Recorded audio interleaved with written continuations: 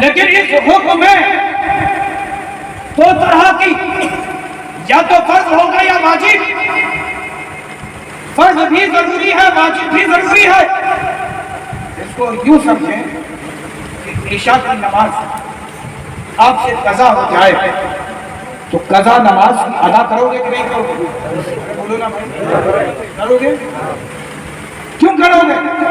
تو تم کہو گے کہ یہ لازمی ہے، ضروری ہے. خدا کے ہاں پوچھو گی، سوال کیا جائے گا نماز کے تعلق سے، تو ایک ہی نماز میں سنت بھی ہے، فرض بھی ہے، نفل بھی ہے، وتر واجب بھی ہے. سنت بھی، فرض بھی، واجب بھی، نفل بھی عشاء میں یہ چاروں پائی جاتی ہیں.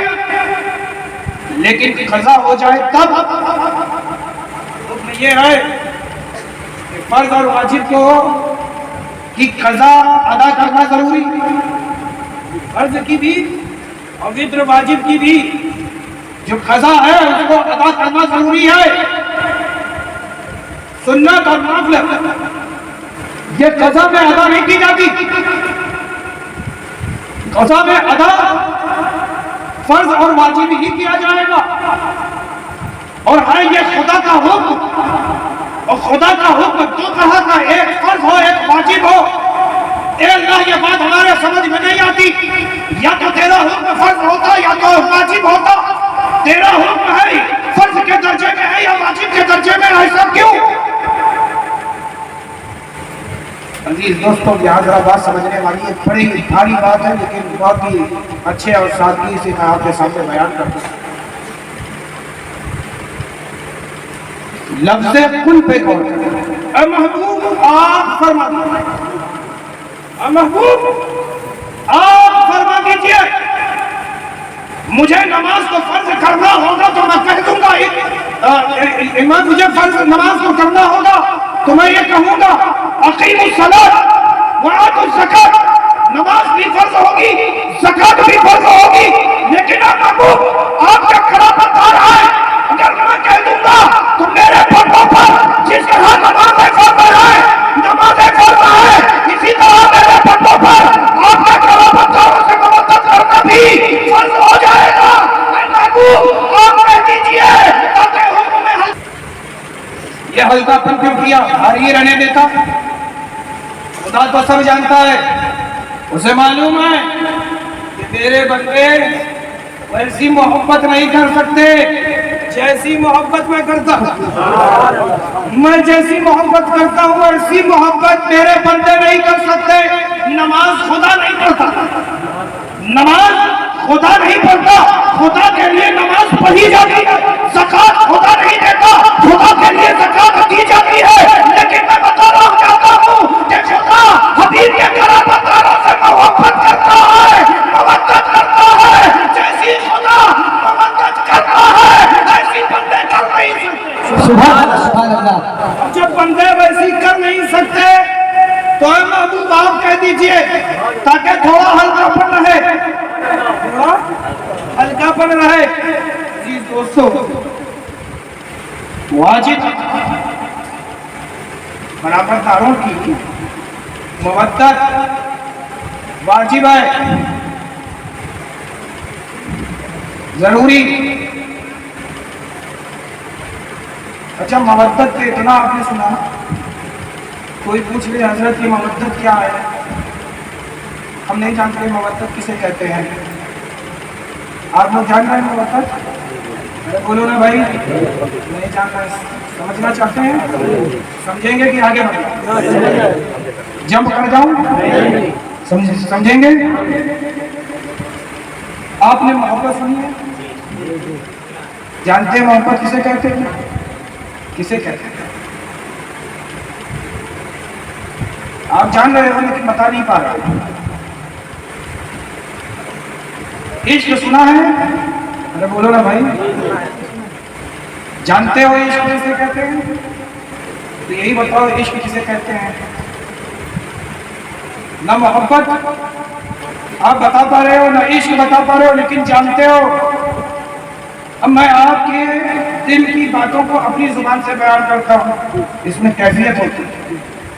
محبت زبان سے بتائی نہیں جاتی، کیفیت بتاتی۔ محبت محتاج نہیں ہے تمہاری زبان کا، لیکن تمہارے چال چلن سے ہی معلوم چل جاتا ہے کہ یہ تم سے محبت کرتا ہے یا نہیں۔ صبح سویرے بیٹا اپنی ماں کو دیکھے اور اس کے چہرے پہ مسکراہٹ رہے بیٹے کے، تو ماں کو معلوم ہو جاتا ہے کہ بیٹا مجھ سے محبت کرتا ہے۔ ماں اپنے بیٹے کو دیکھے اور مسکرا دے، بیٹے کو معلوم ہو جاتا ہے کہ ماں مجھ سے محبت کرتی ہے۔ آپ جان رہے ہیں یہ کیفیت کا معاملہ ہے، اس میں میں آپ کو بتاؤں محبت میں ہوتا یہ ہے جب کسی کو کسی سے بھالو بھاسا ہو جاتی ہے، محبت ہو جاتی ہے، تو اس میں کیفیت ہوتی ہے۔ کیفیت یہ ہوتی ہے کہ آپ کو اپنا خیال، پھر محبوب کا خیال، جس سے آپ محبت کرتے ہو، باپ ہو، بہن ہو، بیوی ہو، بیٹی ہو، بیٹا ہو، جس سے آپ محبت کرتے ہو، جو جائز محبت ہے، ناجائز کی میں گفتگو نہیں کرتا، جو جائز محبت ہے، باپ کا بیٹے سے، بیٹے کا باپ سے، ماں کا بیٹے سے، بیٹے کا ماں سے، یہ محبت جائز محبت ہے، ناجائز محبت تم جانا۔ کیفیت یہ ہوتی ہے کہ اس میں اپنا بھی خیال رہتا ہے، محبوب کا بھی خیال رہتا ہے، لیکن چوں چوں رفتہ رفتہ یہ محبت اپنے کمال کو پہنچتی ہے، منزلیں طے کرتی ہے، تو اس میں اپنا خیال جاتا رہتا ہے اور محبوب کا خیال آتا رہتا ہے، محبوب کا خیال آتا رہتا ہے۔ اب اس کو مثال سے سمجھ لو، محبت میں کیفیت یہ ہوتی ہے کہ انسان اپنے لباس کو دیکھتا ہے کہ ہاں یہ جو میں پہن رہا ہوں یہ میرے محبوب کو پسند آئے گا یا نہیں، یہ میرے محبوب کو پسند آئے گا یا نہیں آئے گا، تو خیال پہلے اپنے لباس کا یعنی اپنا خیال، پھر محبوب کا آیا کہ پسند محبوب کو آئے گا یا نہیں۔ یہ محبت کی کیفیت ہے، لیکن جب رفتہ رفتہ یہ محبت اپنے کمال کو پہنچتی ہے، شباب اختیار کرتی ہے، تو پھر یہ خیال نہیں رہتا کہ میں کیا پہنا ہوں کیا نہیں پہنا ہوں، ارے میں تو یہ دیکھنا چاہتا ہوں کہ میرے محبوب کو میں پسند ہوں یا نہیں۔ سبحان اللہ سبحان اللہ۔ عزیز دوستو، اپنا خیال چلا جائے، محبوب کا خیال آ جائے، اسے عشق کہتے ہیں، تبھی تو انسان فنا فی اللہ ہوتا ہے، فنا فی الشیء ہوتا ہے۔ عزیز دوستو، مودت اس سے بھی اعلیٰ، اس سے بھی بلند و بالا، اس سے بھی اونچی شے کا نام ہے۔ مفسرین اعظام فرماتے ہیں کہ جو تم ہم سانسیں لیتے ہیں، سانسیں اندر جاتی ہیں، سانسیں باہر آتی ہیں، ارے بولو نا بھائی، ایسی کیسے لیتے ہو؟ سانس اندر، سانس باہر۔ مفسرین کہتے ہیں یہ آتی اور جاتی سانسوں میں خیال آئے تو کس کا؟ محبوب کا خیال آئے تو محبوب کا، اسے مودت کہتے ہیں۔ پھر فرمایا ایک جگہ پہ دوسرے مفسر نے بیان کیا، کہا جسم میں حرارت، اس حرارت کو مودت کہتے ہیں، اس حرارت کو مودت کہتے ہیں۔ اس کی شرح کی تو معلوم یہ چلا کہ جسم میں حرارت خون سے پائی جاتی ہے، خون سے پائی جاتی ہے، جسم میں خون دوڑتا رہتا ہے، جسم میں خون دوڑتا رہتا ہے، حرارت پیدا ہو جاتی ہے، اور جسم میں جو خون دوڑتا ہے تو اس میں قطرات ہوتے ہیں، اگر قطرات دھیرے دھیرے جمنا شروع کر دیں تو حرارت جسم کی سرد ہو جائے گی، جسم کی گرمی ہے وہ سرد پڑ جائے گی، تو معلوم یہ چلا کہ جسم کے قطرات کا دوڑنا جسم میں حرارت کو پیدا کرتا ہے۔ یہ حرارت کسی اور کی وجہ سے نہیں، بلکہ جب ذکر محبوب خدا ہو یا ان کی حال کا ذکر ہو تو جسم میں ایمان تازہ ہو کر خون بن کر کے دوڑے، سبحان اللہ سبحان اللہ، نیا خون بن کر کے دوڑے، اسی کو کہتے ہیں مودت، اسے کہتے ہیں، اسی کو کہتے ہیں مودت۔ ایک مفسر صاحب نے اور تفسیر کی اور انہوں نے کہا کہ اگر ہاتھ کٹ جائے اور خون کا قطرہ زمین پہ گر رہا ہو تو یہ خیال نہ آئے کہ میرا ہاتھ کٹ گیا ہے، یہ خیال نہ رہے کہ میرا خون بہ رہا ہے، یہ خیال رہنا چاہیے کہ کس کے خیال میں کٹ گیا، کس کے خیال میں کٹ گیا ہے، ارے سر تن پہ ہے نہیں ہے، یہ خیال کہ کس کے لیے کٹ رہا ہے، سبحان اللہ کس کے لیے کٹ رہا ہے۔ اللہم صلی علی سیدنا و شفیعنا و مولانا محمد وعلى الجود والکرم کما تحب و ترضى بأن تصلی علیہ صلی اللہ تعالی علیہ وسلم۔ عزیز دوستو، اب اسی آیت کی شان نزول بھی سماعت کرنی چاہیے۔ شان نزول اسے کہتے ہیں کہ نزول کا سبب، کیونکہ قرآن کی جو بھی آیتیں نازل ہوئی ہیں وہ سبب در سبب کا سبب پایا جاتا ہے، آیت نازل ہوتی ہے۔ تو آخر اس آیت کے نازل ہونے کا سبب کیا؟ صحابہ کرام رضوان اللہ تعالی علیہم اجمعین، انہوں نے جب یہ خیال کیا، جب یہ سوچا کہ رسول اللہ نے تو ہمارے لیے نہ جانے کیا کیا کیے، ہمارے لیے مکہ ہو، طائف ہو، بدر ہو، حنین ہو، جتنے معرکے ہوئے رسول اللہ کی شرکت ہوئی، جنگ خندق کے موقع پہ شکم مبارک پر پتھر باندھا کیوں نہ ہو، کس کے لیے؟ امت کے لیے۔ یہ خیال کہ ہمارے لیے رسول نے اتنا سب کچھ کیا، اور رسول کی زندگی بھی صحابہ کے سامنے سورج کی طرح روشن تھی۔ دیکھتے کیا کہ رسول رحمت صلی اللہ علیہ وسلم کے لباس میں پیمند ہے، پیمند سمجھ رہے ہو کہ لباس پھٹ جائے اس کو سل کے پہننا، ٹھیک ہے، اس کو سل لینا اور پھر پہن لینا، اسی کو کہتے ہیں پیمند۔ پیمند یہ بھی ہوتا ہے کہ پھٹ جائے، اس طرح پھٹ جائے کہ اس کو سیا نہیں جا سکتا، پھر دوسرا ایک الگ سے کپڑا اسی میں جوڑ لینا، اسی کو کہتے ہیں پیمند۔ تو رسول اللہ صلی اللہ علیہ وسلم کے لباس ایک تو نہیں بلکہ سینکڑوں پیمند تھے، اور صحابہ ریشمی لباس پہن رہے تھے۔ انہوں نے اپنے لباس کو دیکھا، رسول کے لباس کو دیکھا تو شرمندگی آئی، کہا رسول رحمت صلی اللہ علیہ وسلم ہمارے لیے اتنی خدمتیں کر رہے ہیں، ہم کیا کر رہے ہیں؟ رسول اللہ کے احسانات کو گرانا چاہا، شمار کرنا چاہا، سب نے اپنے اپنے اوپر رسول اللہ کے احسانات کو یاد کیا کہ انہوں نے رسول اللہ صلی اللہ علیہ وسلم کے لیے کیا کیا ہے۔ تو خیال آیا کہ ہم نے کچھ نہیں کیا، جو کچھ کیا ہے رسول نے کیا۔ ارے ہم تو وہ تھے کہ ہمارے گھر بیٹی ہوتی تو ہمیں شرمندگی ہوتی اور ہم اسے رات کے اندھیرے میں لے جاتے، قبر کھود کے اسے زندہ دفنا کے چلے آتے تاکہ صبح ہو تو کسی کو خبر نہ ہو کہ اس کے گھر بیٹی ہوئی ہے۔ لیکن رسول رحمت کے آنے سے ہمارے گھر اب بیٹی ہوتی ہے تو ہم کہتے ہیں کہ خدا کی رحمت آئی۔ ارے ہم تو سورج کو پوچھتے تھے، درختوں کو پوچھتے تھے، جانوروں کو پوچھنے لگے، درختوں کو پوچھا، پتھروں کو پوچھا، نہ جانے کس کو اپنا معبود بنا دیا۔ لیکن جسے ہمیں اپنا معبود بنانا چاہیے تھا، جو ہمارا حقیقی معبود تھا، ہم اس سے غافل رہے۔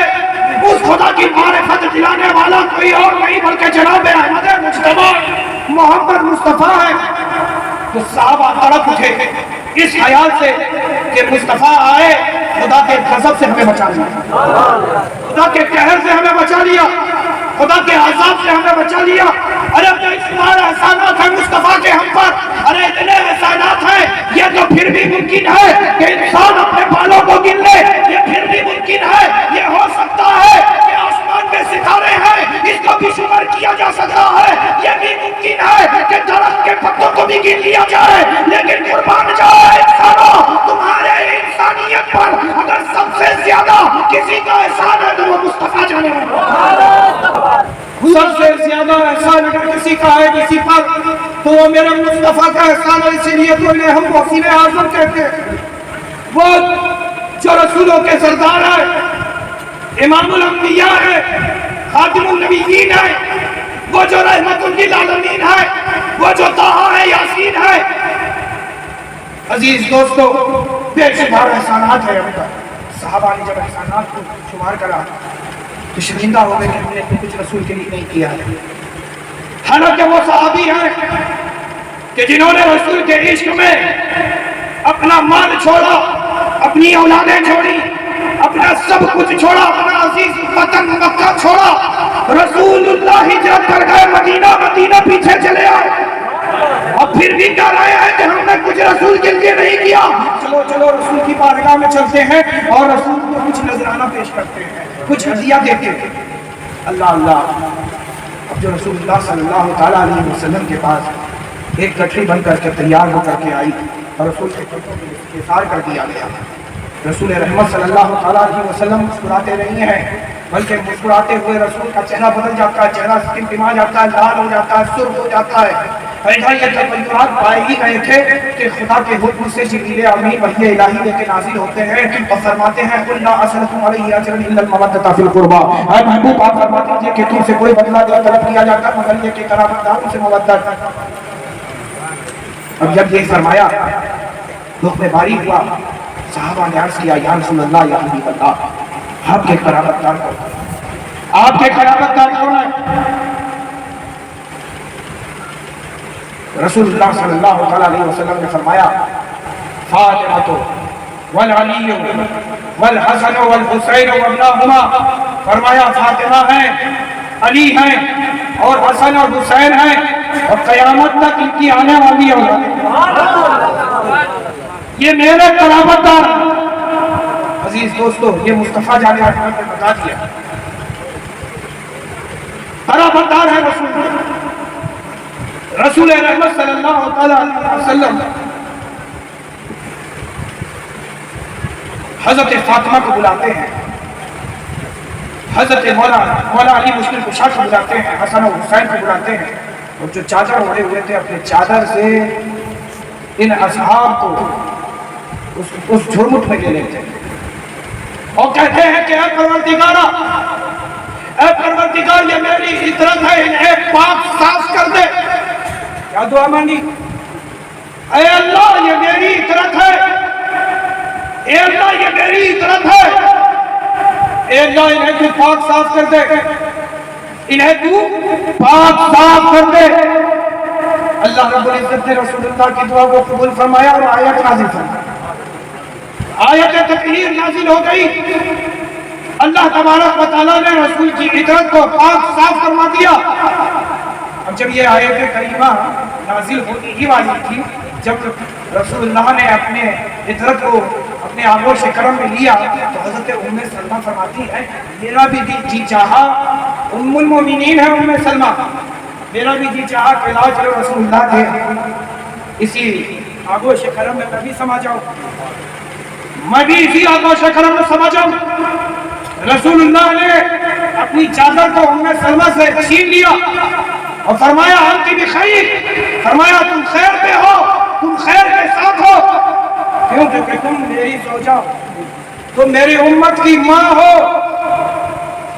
تم تو پاک صاف ہو ہی، میں انہیں اور ان کی اولادوں کو پاک صاف کرنا تاکہ آنے والی امت میری عطرت پر سوال نہ اٹھائے کہ حسن ایسے ہے، حسین ایسے ہے، آل حسن ایسی ہے، آل حسین ایسی ہے، ارے یہ کیسی ہے رسول کی عطرت ہے.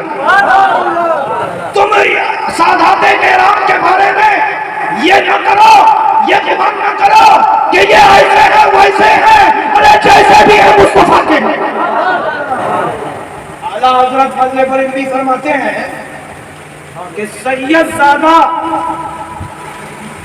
اس وقت تک قابل احترام رہتا ہے جب تک کہ اس سے کفر سرزد نہ ہو جائے، جب تک کہ اس سے کفر سرزد نہ ہو جائے اس وقت تک قابل احترام ہے. اگر فاسق و فاجر بھی ہے تو بھی قابل احترام، اگر فاسق و فاجر ہے تو بھی قابل احترام ہے اس وقت تک جب تک کہ کفر سرزد نہ ہو. لیکن جب کفر سرزد ہو جائے تو احترام نہیں، اس لیے کیونکہ کافر کا احترام نہیں ہوتا، اس لیے کہ کافر کا احترام نہیں ہے، کافر کا احترام نہیں. کیوں؟ کیونکہ اس نے شرک کیا ہے، اس نے کفر کیا ہے. اللہ اللہ. لیکن جیسے ہی رسول کی طرف توبہ کر لے پھر اس کی شرافت ہوتا، پھر وہ قابل احترام ہو جاتا۔ عزیز دوستو، یہ تو معاملہ ہے رسول کی آل کا۔ لوگ سوال اٹھاتے ہیں اور کہتے ہیں خلفائے راشدین کے بارے میں کہ یہ رسول کی طرف سے محبت نہیں کرتے تھے، اگر کر رہے ہوتے تو فدیہ دے دیتے، اگر کر ہی رہے ہوتے تو یہ ہوتا وہ ہوتا، ہمیں یہ ہوتا وہ ہوتا پہ نہیں جانا۔ ہمیں یہ صاف بتا دوں، جو یہ سوال کرتے ہیں صدیق اکبر پر الزام لگاتے ہیں کہ انہوں نے فدیہ رکھ لی، یعنی حضرت فاطمہ کا حق مار لیا، معاذ اللہ نعوذ باللہ۔ میں آپ کو بتا دوں، چلیے بالفرض تم جیسا کہتے ہو، اگر فدیہ اتنا ہی ضروری ہے، حق مار لیا ہے امیر المومنین نے، صدیق اکبر نے، اس کے بعد کہاں عمر تھے، انہوں نے بھی نہیں مار، انہوں نے بھی مار لیا۔ کہا اس کے بعد کون تھے، کہا عثمان، کہا انہوں نے بھی مار لیا۔ جسے چاہے اپنا مال دے دے، جسے چاہے اپنا مال دے دے۔ رسول اللہ فاطمہ الزہرا کے باپ تھے، وہ جو چاہتے وہ دے دیا کرتے، لیکن جب پردہ فرما گئے رسول رحمت صلی اللہ علیہ وسلم تو اور انبیاء کے وارث ہوتے نہیں، جب انبیاء کے وارث نہیں ہوتے تو وہ کس کی ملکیت؟ پوری امت کی ملکیت۔ کس کی؟ بولو نا بھائی، پوری امت کی ہے، اور جو پوری امت کی ہو وہ کہاں جائے گا؟ سرکاری نہ ہوگا؟ ارے بولو نا بھائی، سرکاری ہوگا نہیں ہوگا؟ ایسا ہی ہوتا ہے نا۔ سڑک ہے پی ڈبلیو ڈی کی، پی ڈبلیو ڈی کی زمین کس کی ہوتی ہے؟ ارے بولو نا بھائی، اس پہ آپ نے اپنا مکان بنایا ہوا ہے، سرکار دیکھ رہی ہے، چاہ رہی ہے کہ ہاں یہ ہماری زمین پہ بنائے ہوئے، وہ چاہے تو اسے توڑوا دے، چاہے تو اسے ویسے ہی برقرار رکھے۔ ارے بولو نا بھائی، ایسے ہی نہ ہوگا؟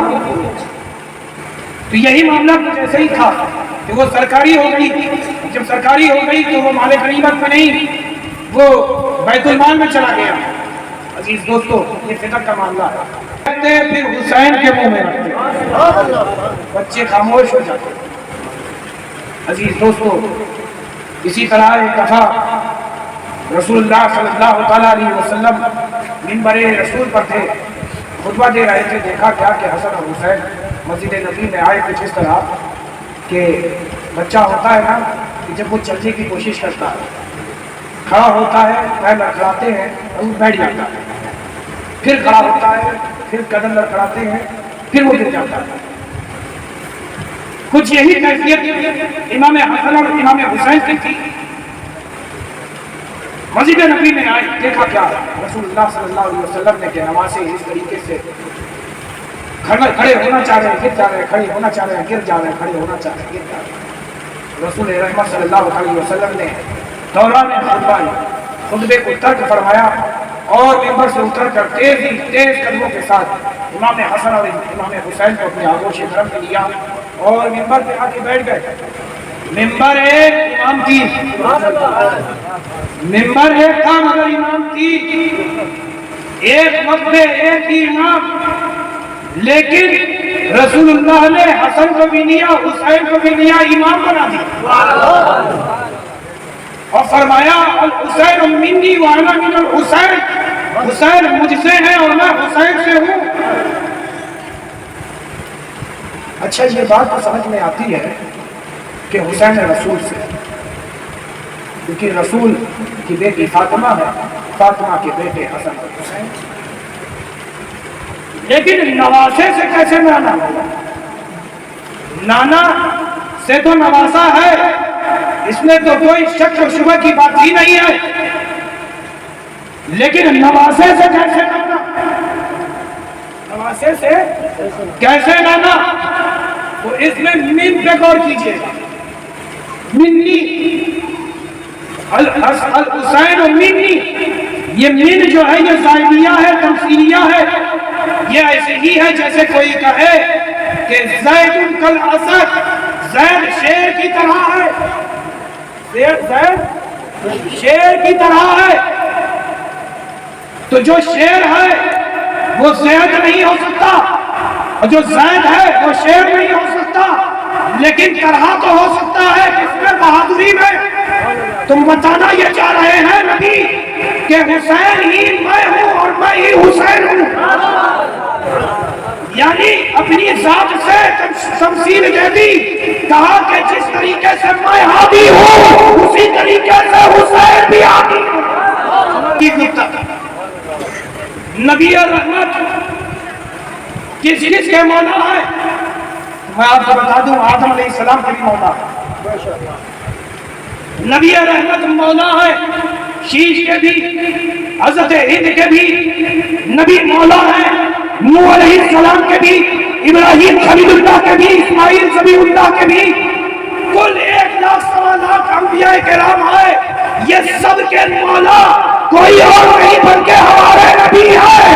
اور میرا نبی فرما رہا ہے الحسین منی، یعنی حسین ہی میں ہوں اور میں ہی حسین ہوں. یعنی جس کے نبی مولا ہے اس کے حسین بھی مولا. سبحان اللہ. عزیز دوستوں میں جلدی نہ کرو، یہ سب مومن ہیں. قاتل مومن کی تو بخشش ہو سکتی ہے مگر قاتل دین کی نہیں. میں دین ہوں. ارے اس بات کو میرا خواجہ کہتا ہے شاست حسین، بادشاہت حسین، دینست حسین، دین پناست حسین، سرداد نقاد دست در دست یزید حقا کے دلائے لا الہ حسین. عزیز دوستو یہ رحمت کربلا میں ہوئی. اور اس کی ایک نظیر یہ دیکھو کہ جس نے پانی پر خیمہ لگانے نہ دیا، جس کا نام حضرت حور ہے، یزیدیوں کی طرف سے تھے. امام علی مقام کو پانی کے قریب خیمہ لگانے نہیں دیا. یہ کون تھا؟ حضرت حور. لیکن شب عاشور میں، عاشورہ کے دن سب سے پہلے شہادت دینے والا کوئی اور نہیں بلکہ حضرت حور ہے. یہ شرمندگی ہوئی، احساس جرم ہوا کہ ہائے افسوس کہ میں نے کیا کیا کہ نبی کی عطرت کو پانی سے دور کر دیا. ارے جس کے دانا آب کوثر لیے ہمارے لیے کھڑے ہیں، انہی کے نوازوں کو ہم نے پیاسا رکھا ہے. اب شرمندگی ہوئی، دیر نہیں کی، آل رسول کے پاس پہنچے. حسین ابن علی کے پاس خیمے میں داخل ہوئے تو حسین ابن علی نے تلوار نہیں کھینچ لیا بلکہ حور کو آتا ہوا دیکھا تو مسکرا اٹھے. مسکرایا تو حضرت حور بھی قدموں میں گرے. اب جو قدموں میں گرے تو حسین ابن علی نے شانے پہ ہاتھ اپنا رکھا اور اٹھایا اور سینے سے لگا کر کہتے ہیں انت حر فی الدنیا والآخرہ، اے حور تم دنیا میں بھی آزاد ہو اور آخرت میں بھی آزاد ہو. عزیز دوستو وہ حسین ابن علی رحمت للعالمین کا نواسا ہے. رحمت بڑی نظر سے وہ امت کو دیکھ رہا. اے میرے پیارو، کچھ لوگ ہیں جو حسین ابن علی پر بھی انگلی اٹھانے سے باز نہیں آتے. ایک صاحب آئے بہت بڑی تنظیم چلاتے ہیں، اس کے بانی ہے، اس کے امیر ہیں. وہ کہتے ہیں، یہ کہتا ہے کہ حسین ابن علی سجدے میں اپنے سر کو نہیں کٹایا. صاحب ہو کہا کہ امام کا تو وضو نہیں رہا ہوگا. وضو ہوتا ہے پانی سے، اور پانی پہ تو 3 دن کی قدرت نہیں تھی، پیاسے تھے، وضو کیا نہیں ہوگا. اور جب شہادت ہو رہی ہے تو بے وضو نماز کے لیے ضروری ہے، شرط ہے کہ وضو کا ہونا، وضو کا ہونا شرط ہے. تو امام علی مقام بے وضو تھے. اب جب بے وضو تھے تو نماز پڑھ نہیں رہے تھے. نقلی سجدہ، اے عطر کے اندھے سراپا، شاید تیری فکر کچھ کمزور رہ گئی ہے. ذرا مطالعہ کر. اہل بیت اطہار کے بغض میں اتنا نہ مر کہ حسین ابن علی پر انگلی اٹھانے لگا. ارے حسین وہ ہے جب مصطفیٰ کے پوتو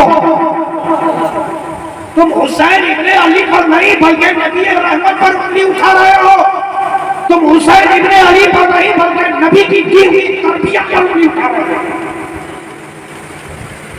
نقلی سجدہ کیوں؟ کیونکہ بے وضو تھے، جب بے وضو تھے تو نماز پڑھ نہیں رہے تھے، جب نماز پڑھ نہیں رہے تھے ہاں بس یہ کہ اے اللہ میں تیرے قریب آ رہا ہوں قربت کے لیے، ایک ایسے ہی اپنے پیشانی کو زمین پہ رکھ دیا۔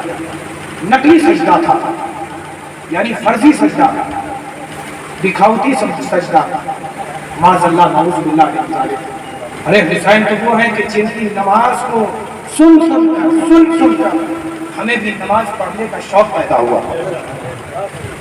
ہمارے بھی دل میں یہ تڑپ پیدا ہوئی کہ شہادت ہونی چاہیے تو ایسی ہونی چاہیے، عبادت ہونی چاہیے تو کچھ ایسی عبادت ہونی چاہیے۔ میں یہاں پہ ایک بات واضح کر دوں،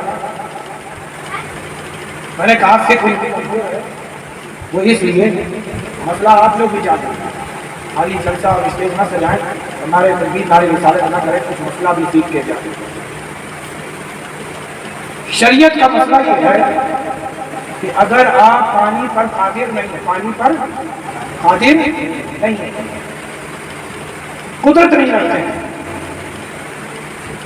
قدرت کنہی وجہوں سے بھی ہو سکتی ہے، دشمن نے گھیر رکھا ہے، آپ جاؤ گے تو دشمن تمہیں مار گرائے گا، یعنی جان کے جانے کا خطرہ ہے اور جان کا بچانا فرض ہے۔ وجہوں میں ایک وجہ یہ بھی ہے کہ چاروں طرف 4 دن تک تم نے پانی تلاشا اور تمہیں پانی کہیں نہیں ملا، تو یہ بھی پانی پہ قدرت نہ ہونا ثابت ہوگا۔ مثلاً کچھ نہیں تو پھاڑ کھانے والا شیر ہے اور وہ جانے کا نام نہیں لے رہا، وہیں بیٹھا ہوا ہے، جاؤ گے تم پر حملہ کر دینے کا خطرہ ہے اور جان جانے کا خطرہ ہے، تو گویا کہ تم پانی دیکھ رہے ہو، اس کے باوجود بھی تم پانی پہ قدرت نہیں رکھ رہے، تو اب تم کیا کرو، کیسے نماز پڑھو؟ تو آیت تیمم ہے نا، تیمم کر دو، کیا ہے؟ آیت تیمم ہے، تیمم کیا جائے۔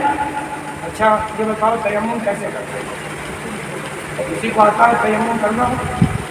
بتاؤ نا بھائی، بڑے ہو کے کوئی بچہ بتا دے تو بولو نا بھائی۔ کب تیمم ہوگا؟ جب پانی پہ قدرت نہیں۔ آؤ تمہیں کربلا لے چلوں، 3 دن تک پیاسے ہیں،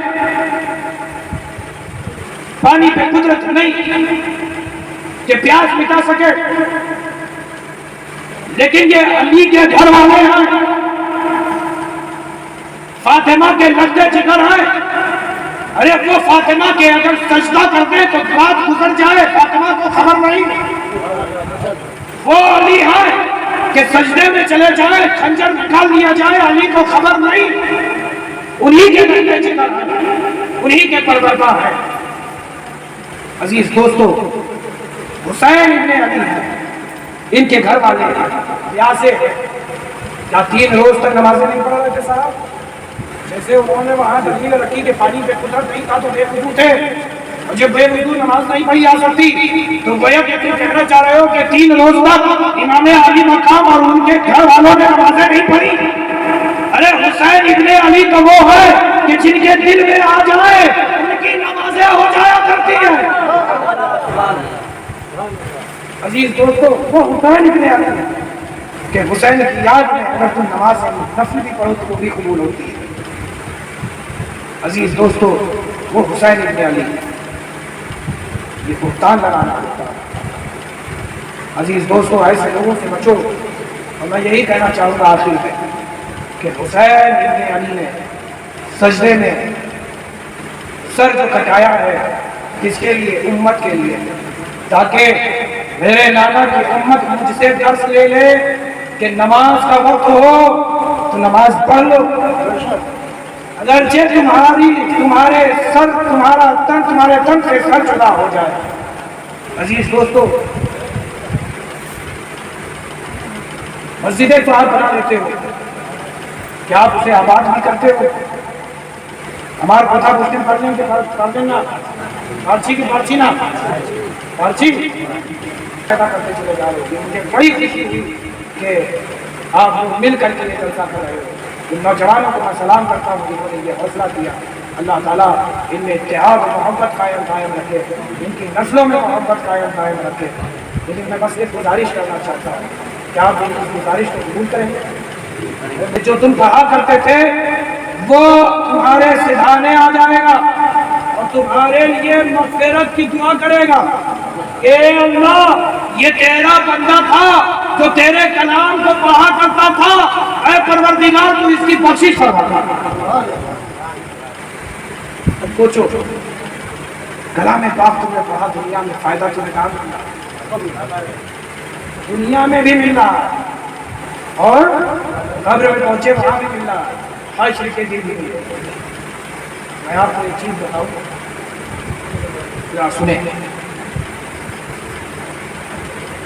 اللہ کے رسول صلی اللہ علیہ وسلم کے پاس کچھ ایسے بھی غلام آئے, غلاموں کا زمانہ تھا نا, تو اللہ کے رسول صلی اللہ علیہ وسلم کے پاس کچھ غلام آئے. ان میں سے غلام وہ تھے جن کے گھر والے فدیہ دے کر, یعنی کچھ مال پیسہ دے کر انہیں آزاد کر لیا. اور انہی میں کچھ ایسے تھے